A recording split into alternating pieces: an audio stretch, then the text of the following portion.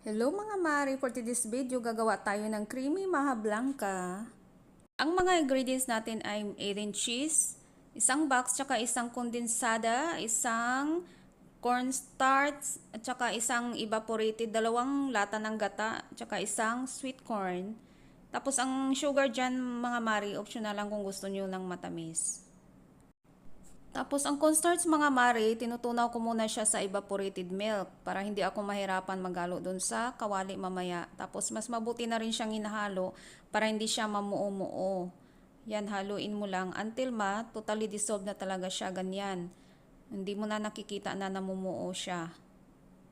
At nilagay ko na pala ang dalawang lata ng gata sa kawali at ihalo ko na rin ang sweet corn.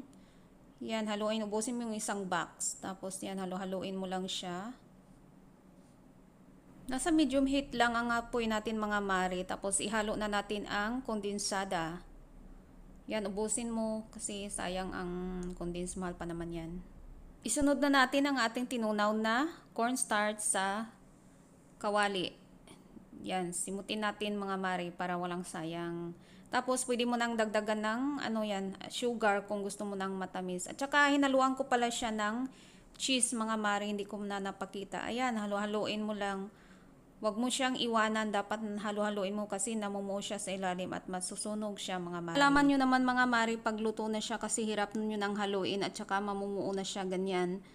Yan, until na siya, buong-buo na talaga. So that's it. Thank you.